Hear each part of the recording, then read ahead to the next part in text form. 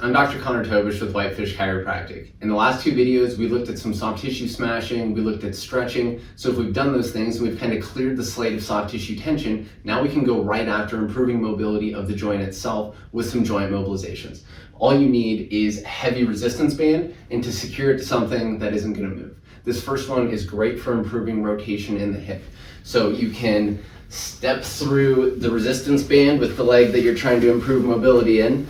And now we're gonna get pretty far away from what it's secured to. So there should be a ton of tension driving that way.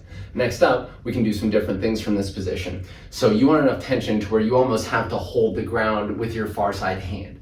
So from here, we can let the knee fall in. We can even push the knee a little bit further with this free hand. A lot of times this is gonna feel like a huge stretch on the back side of the hip. So we can hang out here for 8 to 10 seconds. We could add some movement or maybe we sit back a little bit, maybe we lean forward a little bit, kind of play with that vector. Then we can do the opposite. Drive the knee out, kind of squeeze the glute on the backside. And again, you could even push it a little further. We could start to lunge forward, we could start to lunge backward. Just play around with these positions and kind of feel a good stretch. I'd alternate back and forth between these two knee positions for at least a minute or so. After that, another thing that you can do that can really open up the outside of the hip is going into almost a pigeon type position where you'll go front leg in a position like this, and then we start to sit back and you can feel that band driving the femur backwards. So now we can mix in some of the stuff that we did in the stretching video.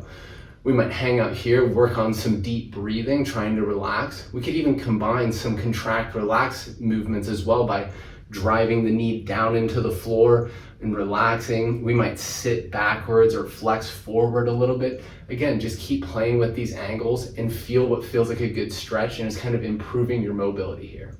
Another joint mobilization that we can do to really open up the front side of the hip is going to be using a heavy resistance band and combining it with the hip flexor stretch that you've already seen. So secure the band to something that's not going to move. Then with the leg that you're trying to work on, step through that heavy band, get it pretty high so it's basically right under the crease of the glute. So we're here. Then we can step this leg backwards. So now we're basically in a standing hip flexor stretch. Again, you can hold on to something for a little bit of support. Now from here, try not to let your pelvis dump forward, so almost brace in the front. Now as you drop down into a little bit of a lunge, you're gonna feel a huge stretch on the front side of the hip. So again, you could sit into this, hang out for a couple seconds. You could do reps of this, and then we can also start to add in some other movements where we might tip away, we might rotate away. Again, play with these vectors, give it a little bit of time, and you're gonna feel that really open up the front side of your hip.